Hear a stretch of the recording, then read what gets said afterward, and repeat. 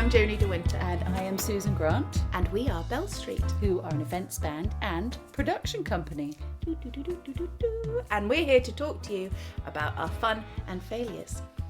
On our journey from being scared to doing it anyway. Ta-da!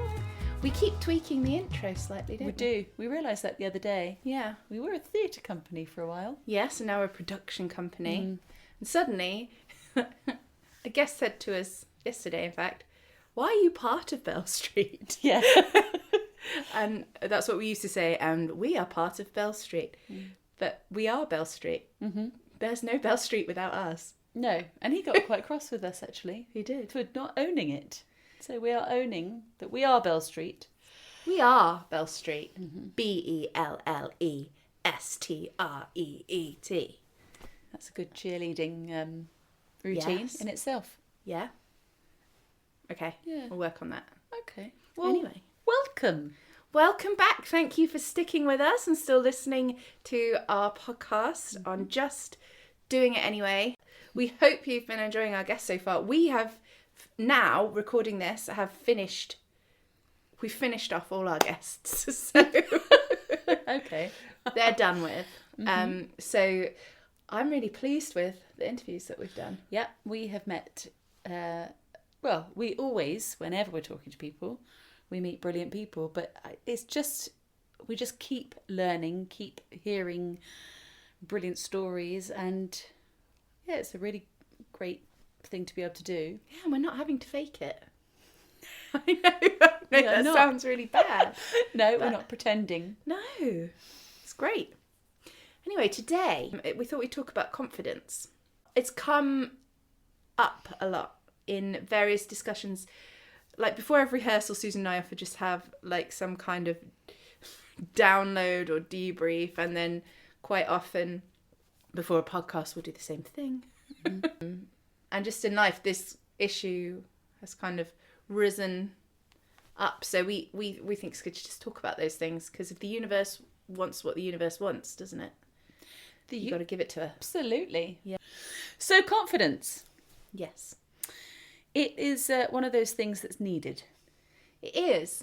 And what we've been talking about a lot recently, which we'll touch on more probably in the interview next week, is that kind of everyone loses it for a little bit in life, mentally, but also confidence. Yeah. Most people can point to a time in their life where they massively lost confidence. And most people, hopefully, can talk about where they found it again. What about you? Well, it is something that is very, very easily lost, hurt, tarnished, Knocked is probably the word I was originally going for, but yes, and it's also quite difficult to get it back once it has been knocked. But it also, when you've got confidence in something, it is an amazing feeling. What do you think it means to have confidence then? Well, we also talked about a very fine line between confidence and arrogance. But maybe you can have both. It's just how you deliver them. But a confidence in something for me, it makes my body feel good. It makes my brain feel good. It makes me not feel all the horrible, insecure things that I feel most of the time. Yeah, like here and here. Yeah. If you don't have confidence, that feeling is there, isn't it? Yeah. Oh, and yeah. For those that can't see us, oh yes, we're pointing to the heart, the gut, the core, and of course your head, that is mulling all these things over all of the time. But when you know you're on the right path, when you know that actually what you're doing is what you're supposed to be doing, I think you can feel it in your cells. You shine better. You can, Well, I don't know actually. I was going to say you can tell when someone's faking confidence, but can you? Because a lot of people talk about, and I think we've talked about it, just being the confident person you would like to be, doing the body language, and then you slowly become it. Do you think that people can see through in inauthentic confidence? I think it depends. I'm really interviewing you. You are. I just suddenly felt very interviewed. It means I don't have to think about the answer. But I do. It depends how inauthentic you're being with it. I mean, we fake a lot of confidence. Yes. Absolutely. We come across as, I believe people see us as very confident people, if unless you know as well, I think. What were you like at school?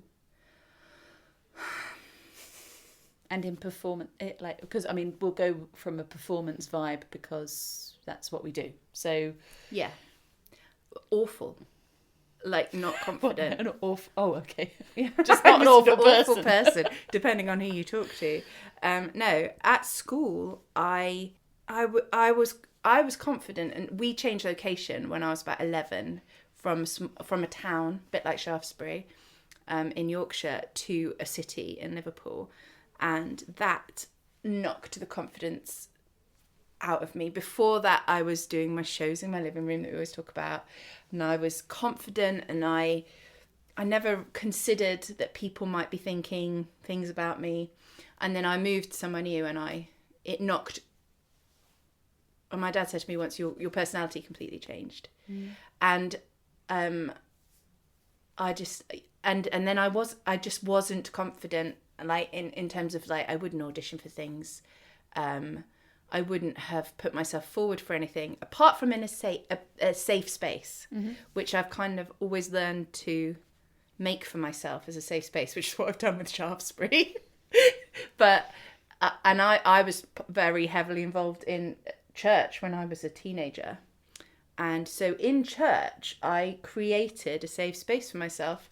And in that space, I was very confident, and I ran, I didn't run. I ran dance, like outreach groups and acting, and I organised gigs and performances and stuff. So in that space, I was really confident. But in a space like school, with my peers, I wasn't a confident person at all. And I wasn't in any of the school plays. I wasn't in any of that. And then when I was a bit older, a teenager, and I went to my year out performing arts thing, that fully finished off the confidence in me, really, in terms of expectations on what your body shape should be, how you should look, how you should behave. Really finished me off, to be honest. Although it gave me a lot of performance skills. Yes. Confidence-wise, that was gone. So that's what I was like when I was younger. Yeah. What were you like? I was painfully shy, really. But again, I was involved with the church choir, and again, I had a safe space of people. But and my mum pushed me, I think. She wasn't a pushy mother, but she did make sure I got up on stage and did my solos, bit of Ave Maria here and there. Yeah. But I didn't have any confidence in myself to be any more than I was, I guess, even though I loved performing. And then school, I just felt like nobody. But you did then go into performing. Well, then I went to college. Yeah. And I felt as if I'd found myself completely, and the people I was around, and I was dancing, and I was going to be a contemporary dancer. That was it. Bam. I had the company I was going to work for. I had a brilliant tutor. It was a really good time. Had a good set of friends. Had support, and then I went to university, and and the confidence went, because I was told, like you were just saying, I wasn't good enough. I wasn't this. I wasn't. No, my tutors didn't even know my name by the end of the third year. Right. And one of our other guests is someone I went to university with, and we had very different experiences, but I think we both feel the same. We were let down by just being let go. Because we weren't quite at the standard that they wanted us. What do you mean, let go? But at the end of your course? Or Well, there just wasn't enough support, maybe. Yeah. But I think courses are difficult because you expect so much. Because You you pay so much. You want to be, you want to be like nurtured Yeah. and mentored, and Yeah. you want it to be like, Yeah. you want attention, don't you? And you want, you need that individual input, and it's really hard to get it. And I was really lucky. I mean, I had a great time, really great time at university, and met some amazing people there. But I didn't do very well because I always wanted to creatively create something a bit different. Yeah. And we've talked about this in different circumstances. Actually, you are penalised for that because you should be following a structure. Even in creative sectors? Yes. Which is hilarious. Yeah. From university, I got my first job touring with Children's Theatre Company. I didn't speak to the cast. I was there for 3 months and I hardly spoke a word to them because I was so frightened. I was so intimidated by having a job. I spoke on stage. Well, that's the main thing. Yeah. But it built and it went on and I gained my confidence and whatever. But it's just so, you really can be really put down very easily by someone making you feel not enough. Yeah. But isn't it interesting to, like, in both of our experiences, that well, this is obviously our younger years, but I think it would probably apply to now, is the benefit in surrounding yourself with people who, like you said about college, like I created a safe space for myself, going forward, like, then maybe a good thing to advise people to do is build up that network of people who, I know when we interviewed Coda, who you will have heard a week or so ago, and Mark talked about being on a TV show and finally finding his tribe, and so he felt really confident. And we talked before about finding your tribe. I think that's definitely a key to building up your confidence, at least. So where do you feel your confidence is at the minute? Well, Sorry. Well, as Well, an I'm just interviewee... thinking, we've skipped, like, how long ago Yeah. were you in that theatre, your first theatre company You're job? asking my age. I know your age. So that was 25 years ago. Yeah. And I decided I was going to be a performer of some sort. I think back now, I had quite a few jobs here and there, but I used to take myself off to auditions with all these other girls at 6 o'clock in the morning to Pineapple Studios and queue with my CV. You know, it was all paper back then, you know, and your CD even. We listened to your CD the other day. It was brilliant My listening. demo, I yeah. think you should re-release it. I enjoyed it. But I just kept putting myself out there and being knocked back. And I'd go for things I knew I wasn't going to get, and people, good for experience. But do you think that was good because of the people you were around? And they were all doing it? Yeah, or maybe. Or were you doing it quite solo? Were you around a tribe? No, I was very solo, Okay. but you bump into all the same people at the auditions. And I then started working in London in a box office and front of house where actually everyone was also doing the same thing. So then you get the camaraderie of everyone, as long as no one looks the same or is going for the same job. Okay. But that was quite a nice environment. So that was quite a safe space because I was with these people who were all desperately searching for the same thing. Yeah.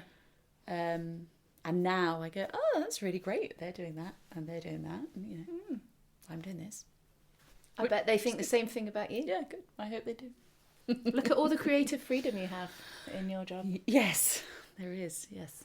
No one tells us what to do. Yeah. Because both of us kind of did that younger and then had kids. Do you think that having kids knocks the confidence out of you a bit or not? Because I think in some ways it can be very empowering, creating life and all that. Creating life. Don't say it like creating life. Creating life, and it's a real privilege. But in some ways, I definitely lost myself quite a bit when I was having kids.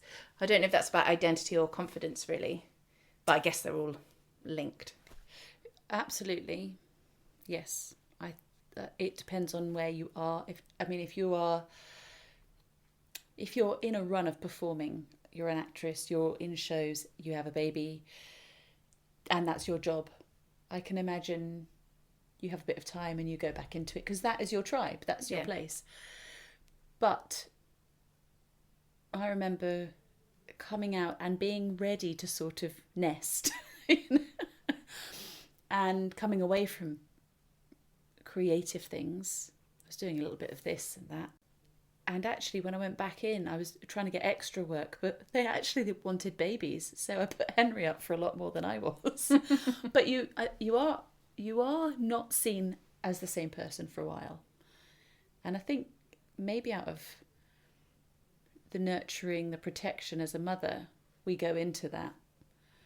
But it's hard. It's a hard space. It's a wonderful space. But when I look back, and I do remember I did baby classes for a long time. And then when we moved here, deciding to go down to Shaftesbury Arts Centre and maybe be involved with the pantomime. Professional Susan. Yeah. Professional Susan. People say, "Oh, you're a professional." Here comes Susan. It's almost a musical. She's been on the ships. She's been on the ships. Here she comes. Here she comes. Professional in what? I don't know. I don't know. I didn't know you. No. But I remember doing that show and just having a ball and just suddenly being this person. Yeah. And I remember my mum coming up to the bar afterwards and talking, and she was like, "Ah, there you are." Aw. You know, and like suddenly I was this different part of me was unleashed, which probably was not a good thing, really. Well, I think it's an excellent thing. It's just, things can't stay the same, can they, when that happens? Obviously, you become a mum and all of those things we just talked about, but there's definitely a point with me where I saw my kids begin to lose confidence, and it awakens like a "you will not have the same as I did" sort of feeling, and then it makes you revisit all the things that knocked your confidence when you were little. Definitely with my daughters specifically, and then actually sometimes my sons, but my daughters kind of were more involved in performing arts, so I related more to their experiences in that way. But watching their confidence get knocked, or similar situations happen to them that knock their confidence, it almost snaps you back to, right, that happened to me. How can I help that not happen to my kid without being some kind of crazy tiger mum? That was definitely one of the things that began to waken me up, I think, is seeing my daughters be really confident and then not. Divorce woke me up as well a bit. Because I think a change of situation can make you reassess and re-look around and think, hang on, where are all my people like that I can relate to? And I suddenly realised I didn't have a tribe, and I went out and found one. Well, you also have to do everything on your own. Yes. Including give your children confidence. Yeah. Yeah. On your own. Display confidence to your kids, because they're watching you and mirroring or mimicking you all the time. Yeah. Aren't they? And so you're showing them what a woman is. You're showing them what a confident person is, you hope. Yeah, you are being a role model. But this is very much, whether it's, I can't remember if it's one of the podcasts that we listen to, but certainly I've heard this a lot where people say, what do you want your children to see you as?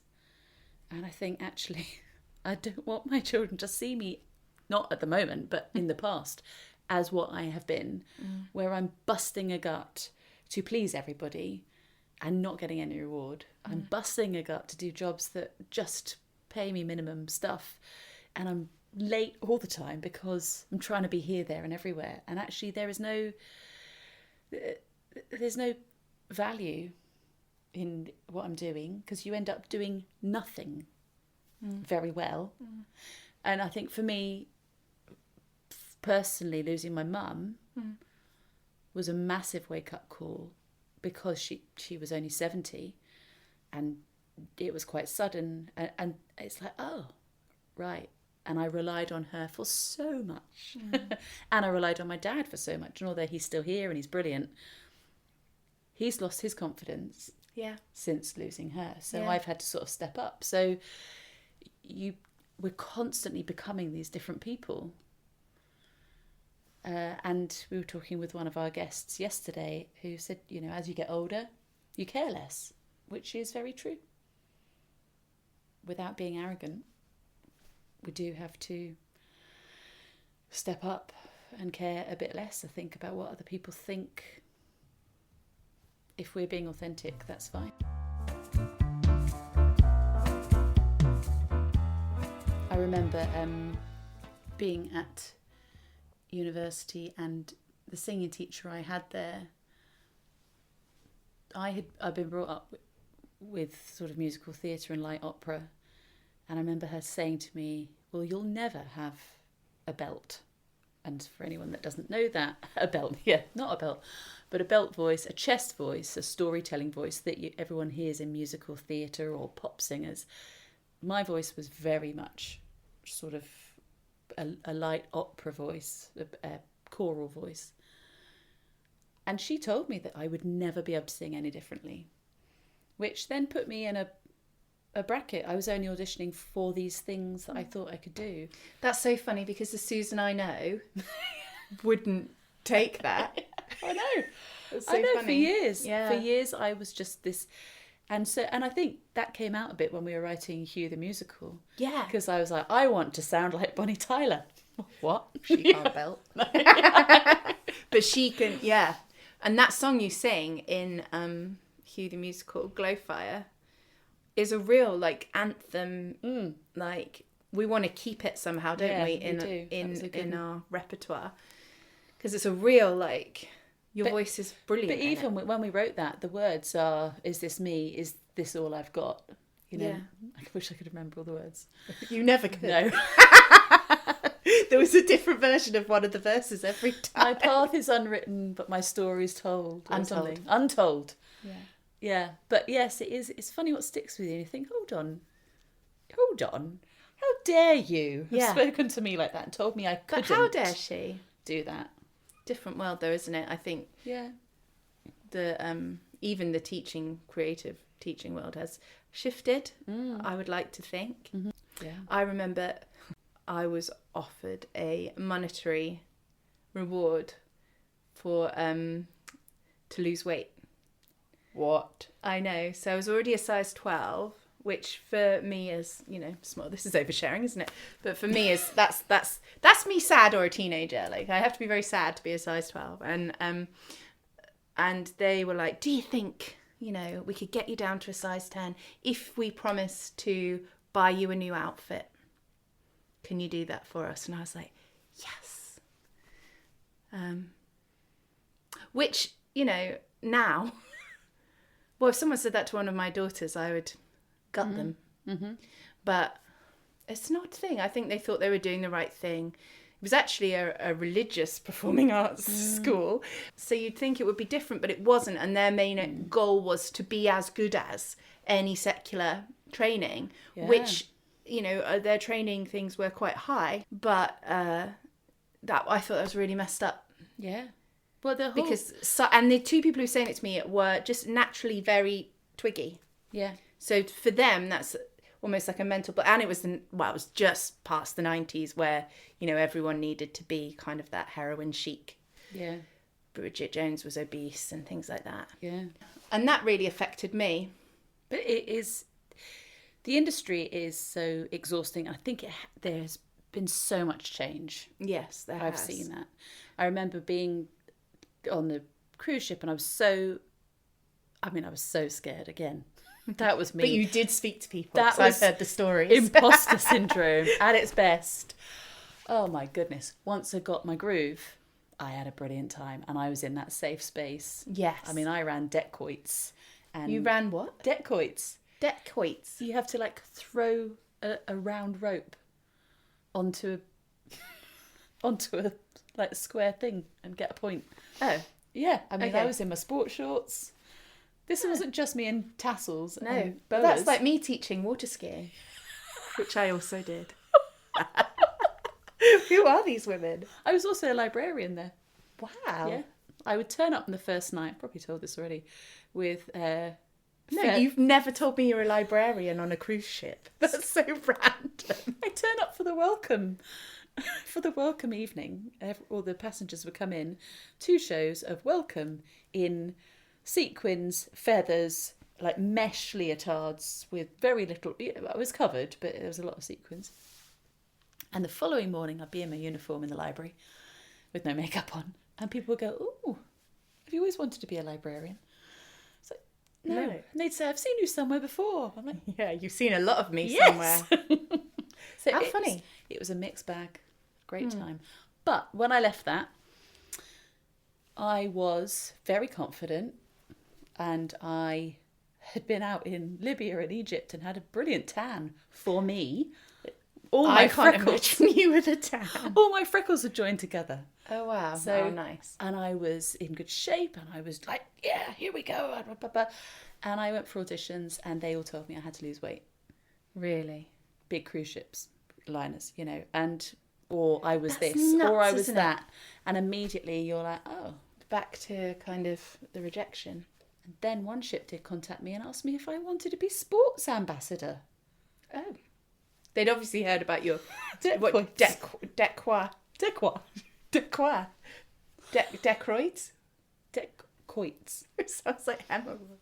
And like ball, you know, but that's Balls. difficult to do on a ship. On a because ship. I think if you're going on a cruise, you don't want to be paying to throw a rope at a bit of... like the time I forgot to lock all the library cupboards and the ship moved and all the books fell out. Oh dear. I had to alphabetise all of them. But I am no sports ambassador. Now, in the situation we're in now, if you have a crisis of confidence, what's it about normally? Well, we had a recent photo shoot and we had to sit there for a minute today before we could even open the file. We really had to build up the courage. And we've told the story many times about our original photo shoot, but photo shoots are just soul destroying. And we work with lovely photographers. It's Yeah. not them. It's not them. And I convinced myself I look like Michael Ball. not in the good days. Yes, photo shoots are a tough one. You're faced with your mortality right there, aren't you? It is linked, yeah. I mean, I still have massive issues about my voice and the way I sound and the way I would like to sound. Yeah.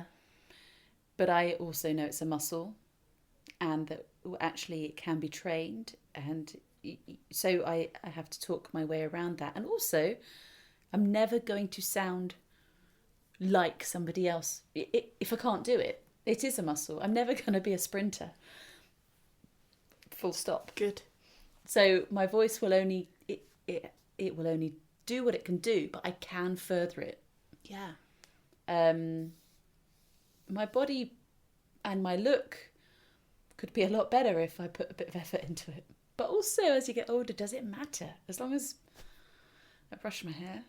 Well, the thing is, when you put yourself out as a product, it kind of has to matter, Yes. doesn't it? How you present yourself does matter. I always think you look stunning. Well, thanks. I don't think you look like Michael Ball. Well, that's all we need in life, isn't it? That's what true friendships are built on. Mine definitely, I just hear old voices in my head, not like old voices. Voices from of old. And just, you know, the kind of idea that... I don't know, I think if I'm having a crisis of confidence, it's normally about my body. Or that I don't belong because I haven't had the training. Okay. That's another thing for me. But I have had a lot of experience now. Sure. I read a book Well done. I did. But I'm sure you've read it too. It was either in Big Magic or it was in the other one that we both read that was quite similar. Untamed? No? Yeah. Okay. I think it was in Big Magic. And she does a whole chapter on... who's that by, Big Magic? Elizabeth Gilbert. Elizabeth Gilbert. She does a whole chapter on should you go to university and get a degree in something? Should you go and spend years training in something in a creative situation? And she's like, if you've got the time and money, sure, do it. But she's like, if for any reason you haven't, don't. Because what's more important in those situations is experience and building up and just step by step building the experience and the skills, teaching yourself as you go along. But I love a course, so I would have loved to have gone and done theatre studies, and I just didn't have the confidence to audition for it. But then once I came out of university, I didn't have the confidence to go and do a further year in drama school, which a lot of my friends did. And I probably should have done that. But I almost felt I wasn't good enough to even go and do that. And talking to somebody else, it's like, what if you don't get in? Well, the whole point is that you're building that. Yeah. But something came up the other day and we were talking about something, applying for something, and you said about they want professional actors. Yeah. And because I can see this with you, because I recognise it. And I was like, but you are a professional. This is our job. We've created theatre. We have a production stroke theatre company. We do. I And know. what does Alice say? If you think you are it, you are it. Yeah. You say, yeah. But you can't help the voices in your head. Well, that's a positive note. We can't end on that. I guess the tips for finding confidence, and they're probably things we've said before, but I think really a key thing is this whole find people, yeah. Do you know what, actually, if you've got time, write it down. I think journaling or photos or something, take yourself back to somewhere that you can look at and go, or a program or a poster, and go, I did that. I mean, I think about all the things that I have done in the past. I think, did I do that? Yeah. I did, actually. I put myself out there and I did it. Yeah. But I forget about it daily. So like record the achievements that you do. So that, well, yes, because they talk about whoever they are, building up evidence to support your beliefs about yourself. And the more evidence you build up to support the fact that, for example, I am an actor or I'm a professional, I can go back and say, I've done this. Remember when I did this? Look at this, I did this. And so I can kind of give myself the evidence that I am. Yeah, that's a good tip. Yeah. Get it on paper or on screen or something that you can listen to. Or maybe you need to go and audition for something in a different town or move to a different town so that everyone can go. Get rid of me. But everyone can go, it's Joni the professional. Yeah. Any other tips to go with confidence? I mean, I also think the standing and living like the person and acting like the person you want to be. You slowly become that person, as long as you're keeping that authenticity of. Well, how do you do that though? Keep the authenticity whilst. Is it just about knowing yourself that you're not? I don't know. Yeah. Where's the balance? Well, it's trusting, feeling it in your gut, feeling it in your. I believe very much that you feel it in your cells. Your body will work with you, and you know if you're not in the right place, and that's when you want to leave. Yes. Really leave, not just because you feel a bit awkward. Yeah.